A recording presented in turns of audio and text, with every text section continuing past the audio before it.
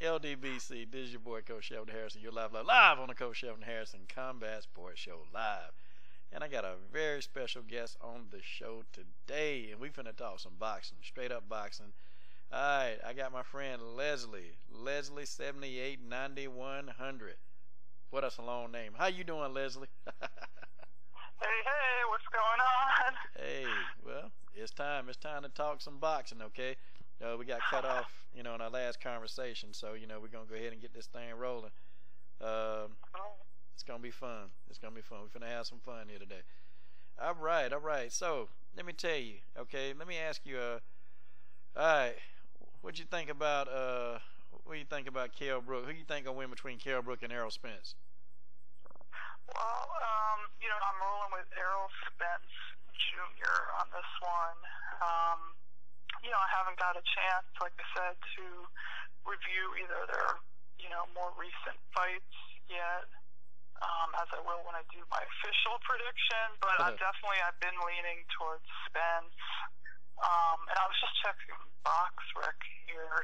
Most of his last fights have all been knockouts, so, but Kell Brook, I think, he's obviously a step up in class, so I don't think he's just going to go in there and knock Brook out. But then again, you never know.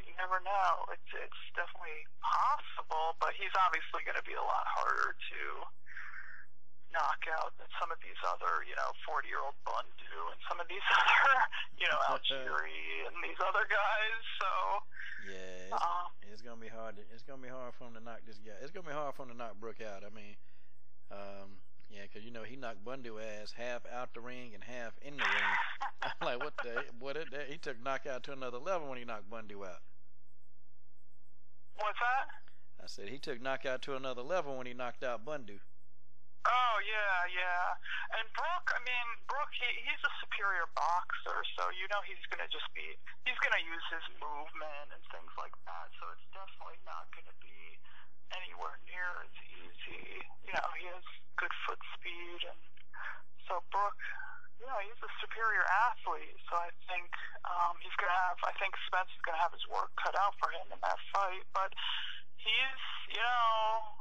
been showing that he has what it takes. I mean, like I said, he still has to prove himself, and this will be the fight in which, he can answer those questions. But I really think he's going to pull it off. But the only thing that we have to worry about is, if it is a close fight, it's obviously in England, so more than likely they're probably going to give the fight to Brook. Depending, maybe they'll get neutral judges. I don't know. I mean, we don't know if he'll get a fair shake over there in England. So maybe he may actually want to go for the knockout because of that, because of that. He may try to be more, more aggressive, but then that also leaves him open, if he does that. So we'll have to see what happens, Yeah, it's going to be a tough fight for Spence because, Kell Brook can fight. I'm going to give it to him because, what he did to Showtime Sean Porter. Sean Porter, that's a rough ass fighter. I mean, that boy rough. And Kell Brook managed to manhandle Sean Porter. So I don't think the roughhousing, people don't realize how strong Kell Brook is, but I don't think the roughhousing or like Spence trying to get like a very, very tight inside game on Brook. I don't know how effective it's going to be. So I wonder if Spence got a plan B and a plan C when you deal with like a good boxer, because Kell Brook can fight. I mean, he can. And if Errol Spence go in there and if he runs through Kell Brook, I'm gonna be like, okay, well, damn, this boy really is the truth. Just like his name says, the truth.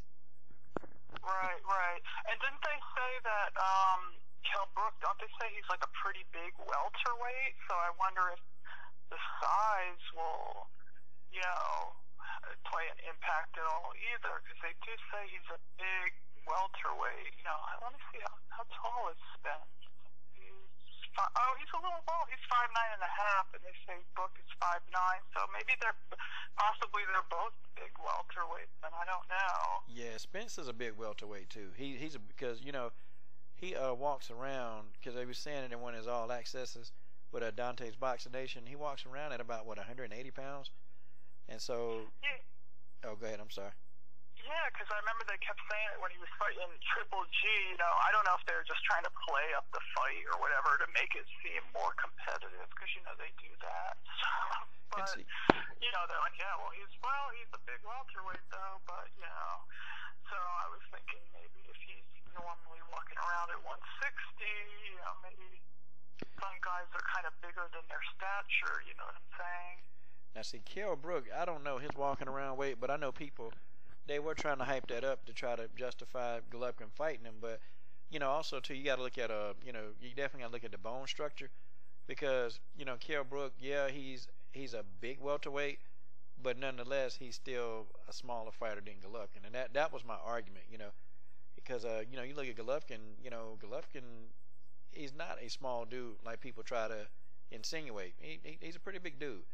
And you know, and of course we've heard the rumors that he sparred with heavyweights and you know all this other stuff. So, you know, but I'm not gonna give the Triple G fans a hard time on this video, because I could. That's a whole other subject. But yeah, I've heard a couple of like, you know, I heard that he knocked out Kovalev in sparring cold, and you hear these stories and you're wondering, is it like one of those like old wives tales, you know, is this true, or are they just trying to like, you know, give him this whole like mythology about him, this invincibility, you know what I'm saying? You don't know if these things are true or not. I don't know, you know. Well, Leslie, see, you must understand the mind of a GGG fan. You must understand these things. And see, I'm coughing now. Fanboys are listening. You have to understand the mind of a GGG fanboy, not a fan, a fanboy. See, these guys, they think they have Triple G underwear. They have a Triple G. Well, they actually might. Yeah, they might. Yeah, they do. They have a Triple G nightlight, and some of these guys even wear Triple G bras. And see, listen, you have to understand the situation that's going on with these guys. They're not healthy, mentally healthy people. They're just not. So you got to understand that. They're delusional, you know. Yeah, they take delusion to a whole I don't nother like level. the extreme fans of any fighter when they start getting extreme. You know, after that last fight, even like some of the Kovalev fans, like they when they start arguing under my posts for hours, those are the fans I hate. I don't care what fighter it is, but they're just too extreme. You know, they don't watch the sport. They only come and argue down on these specific posts that I make, and it just gets, you know, I don't support it in any capacity for any fighters, you know, the extreme fans. It turns people off to the sport, you know. God bless you. God bless you, you know. Because GGG, you know, hey, it really do. It turn off casuals, because, you know, casuals will think, well, hell, you know, GGG is a good fighter, but, you know, damn, you know, we can't like him because you got all these damn extremes. And, you know, not fans. See, there's a difference between the fanboy and the fan. Okay, the fan, they're going to be objective. They're going to listen to, you know, all points of views. The extreme fan, they don't like you. They want your family, your mother to burn in hell. See, that's what they want. I think God brought these guys from the fourth. Somebody got these guys from the fourth dimension of hell. I don't know what fourth dimension of hell they came from, but I'll be a wet frog and a lily pad on a hot summer day. All right, well, you know, enough about those delinquents. Okay, let me ask you. You laughing? You sitting there laughing? You can't laugh. Come on, they say laugh to keep you healthy. All right. So it just came to make our lives all so pleasant and not these damn GGG fans. Hell, they'll even. No, I'm just kidding. I'm just kidding. Yeah, these damn GGG fans, shit, they'll, excuse me, PG-13 channel. Give us a headache. They'll give Satan himself a headache. Good grief. Well, you know what the thing is? I think you really have to have the same standards for every single fighter, and that's where these people, these crazy freaks, like, they just get on everyone's nerves, because they'll say one thing about one fighter, but then for the other fighter, it's perfectly fine, and you can't do that. We need to have the same criteria for all of the fighters. You know, we don't want them to duck. We don't want them to do this. We don't want them to do, you know what I'm to do that. You know what I'm saying? We have to have the same standards for all fighters if we're going to complain and critique. You know what I'm saying? Yeah, we do. Yeah. It's almost like they try to compare. Well, okay, so they'll talk crap about Wilder, you know, which I'm not too impressed. I'm impressed with, you know, him as a fighter, but his resume, nah, I'm not overly particularly impressed with Wilder's resume, you know. But okay, so if you say, well, I'm not really impressed with Golovkin's resume either.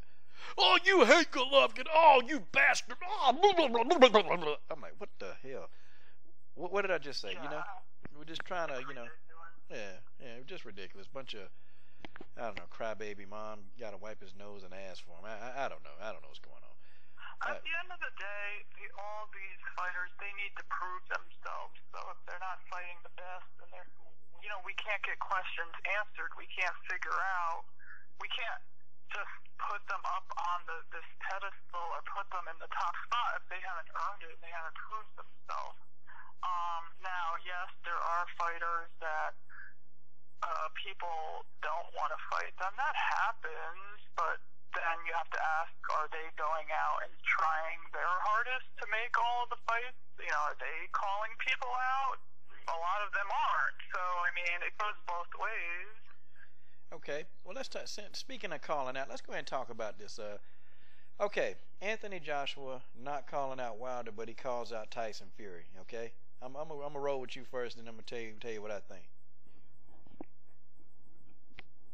Yeah, I thought that was actually really interesting, and I noticed some people have commented on that around social media, I noticed. And, yeah, I think that should actually be criticized. You know, I mean, ideally, he should fight all of these people. You know, we have Ortiz, we have Wilder, you know, Fury's like, I mean, is he even an active fighter? Why would you call him out? You know what I'm saying? Like, Tyson Fury over somewhere eating bonbons. Like, I don't even think he's an active fighter. So, I mean, that would be the last person I would call out technically. But Tyson Fury. I guess Tyson Fury is active. Yeah, he active, sitting in front of the damn table, stuffing his damn face with pork chops, tender pork, pork loins, greens, and all kind of you know, mutton chops. I mean, that's what he doing. His mouth is active, but I think the rest of his body is on vacation.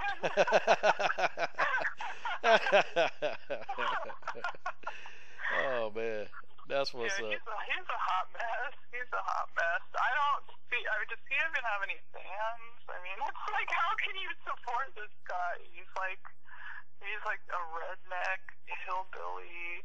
Oh, did you see the thing where he was saying, like, he was going to sell his sperm? And I was making fun of it with my friend, and we were like, oh, yeah, people are lining up to get, like, redneck, hillbilly, low IQ DNA. Yeah, people really want that. Like, it's like, who does he think is going to buy it? Go get some Tyson.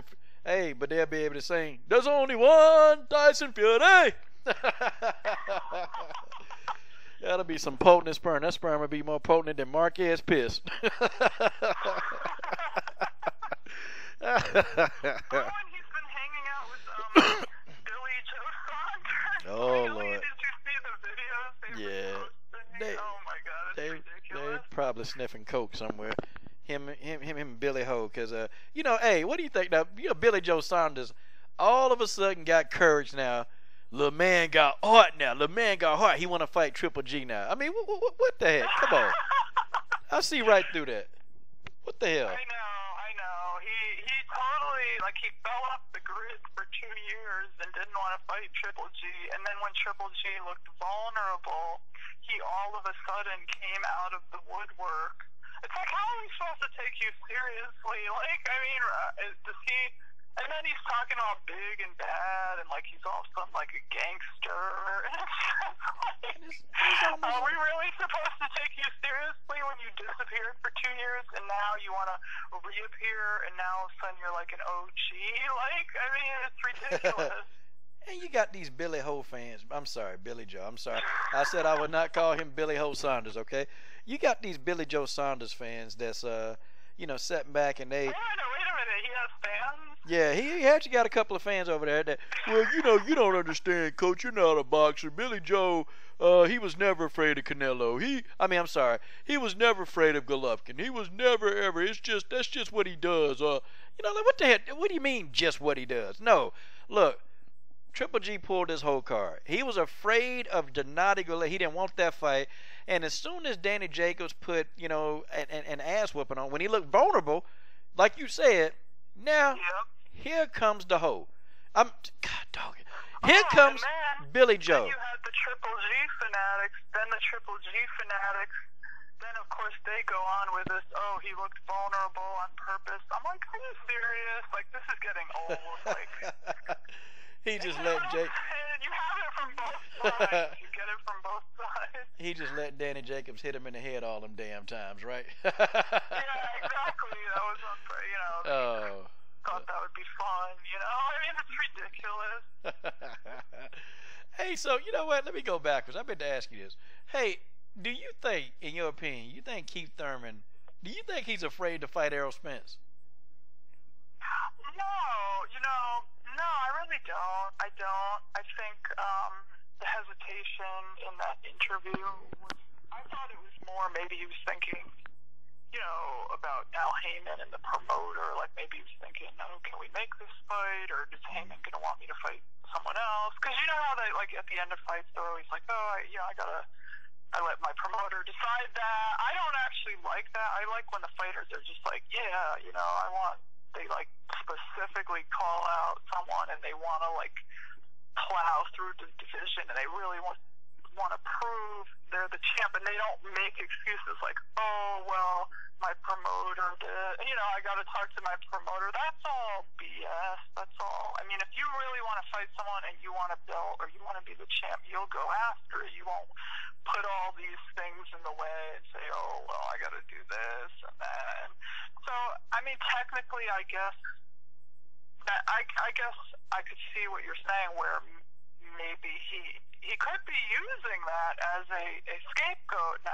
Now that you say that, maybe, I hope he doesn't go down that road, because that route, but I don't think he will. I think Thurman, if Heyman puts him in front of him, I think he'll definitely take the fight. I think it's a risky fight, it's a dangerous fight for him, but he hasn't really shown to be a ducker, in my opinion. I mean, what do you think? I don't think so.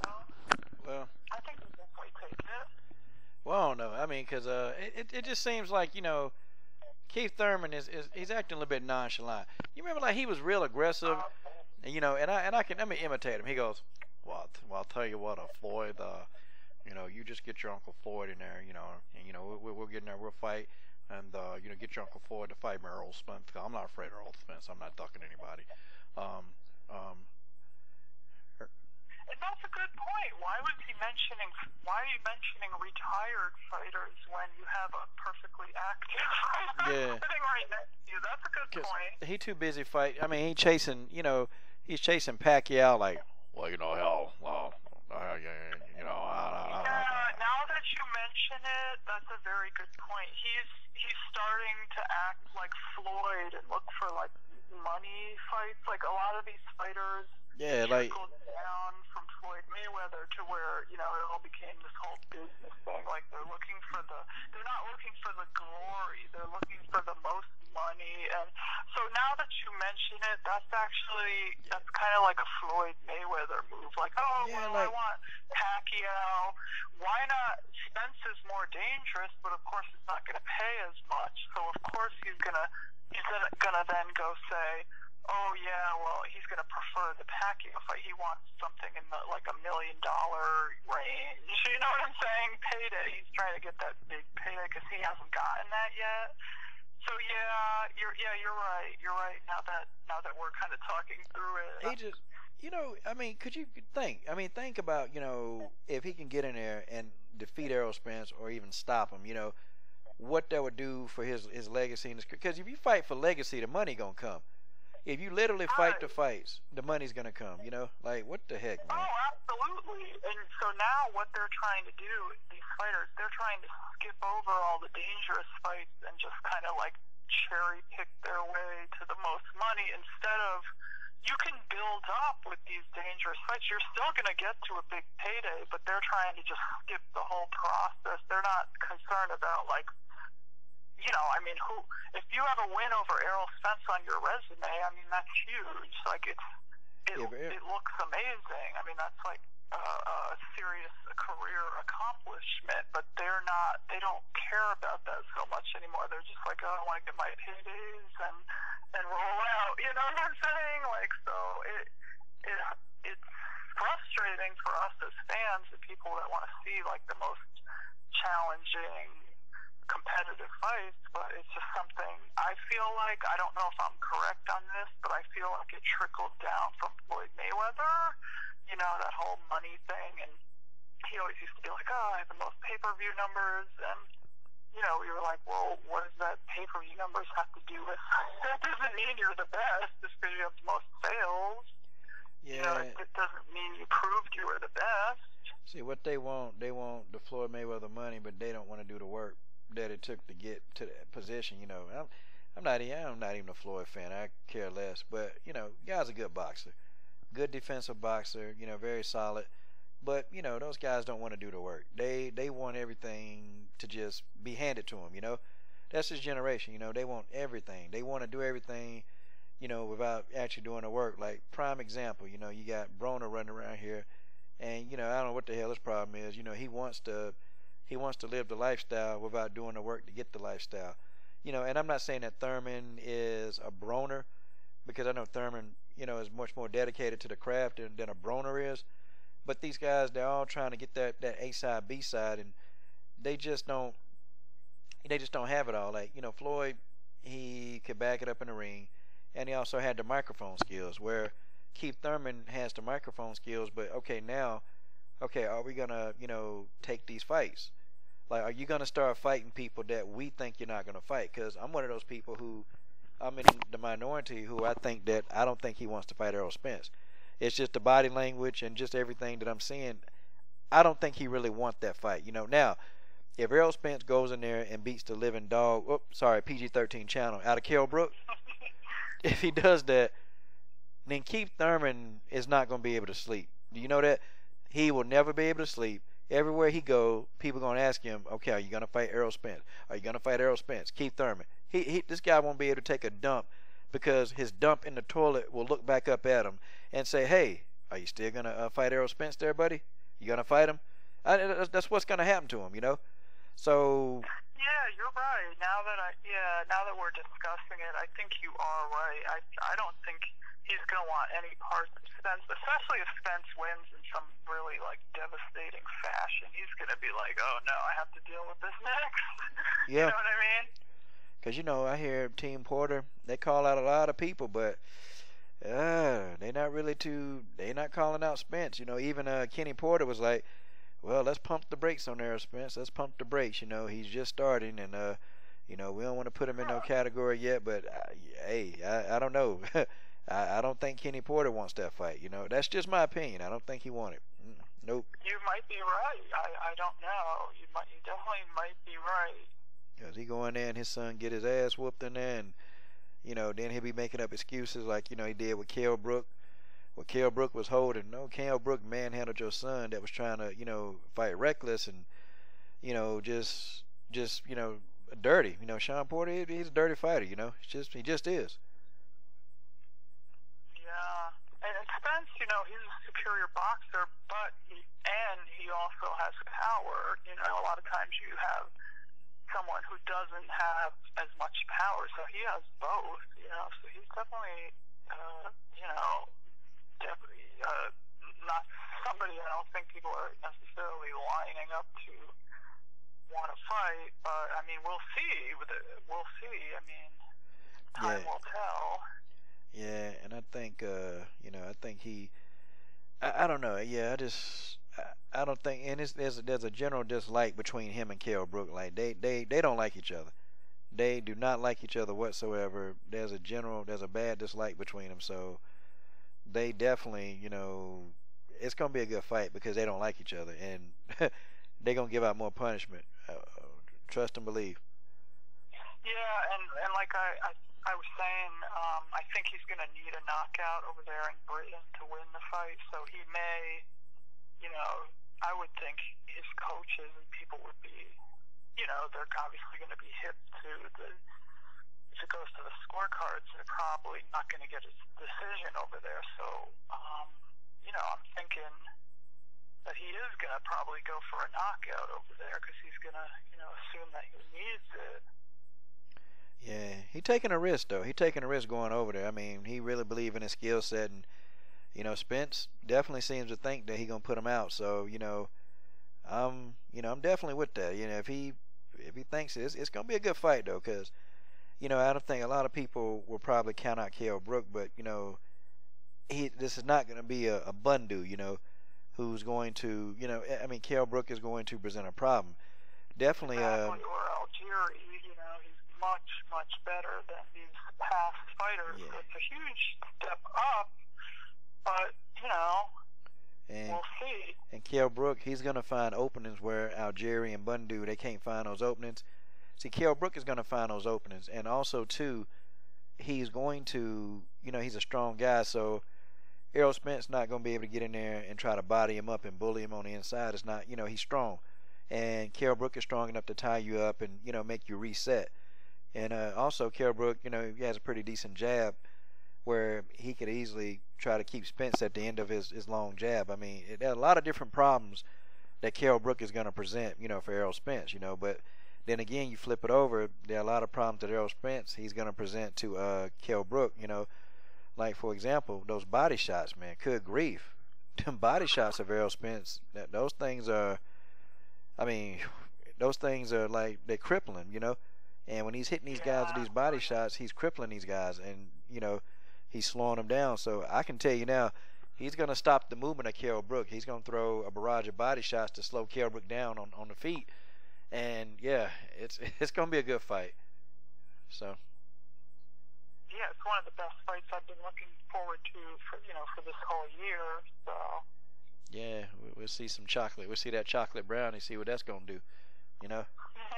I think it's good for the Americans, to go over there and get it widens their fan base and they get exposure. I mean, obviously, like I was saying, you have the issue of can I get a decision over here? But if you just take all that out of the equation, I like the idea of how a lot of these fighters they won't like leave their backyard. That's the problem. You should be going to different areas and you can build up your fan base and reach into different markets. I think that's good for some of these American fighters who, like Errol Spence, may not be as well known just yet.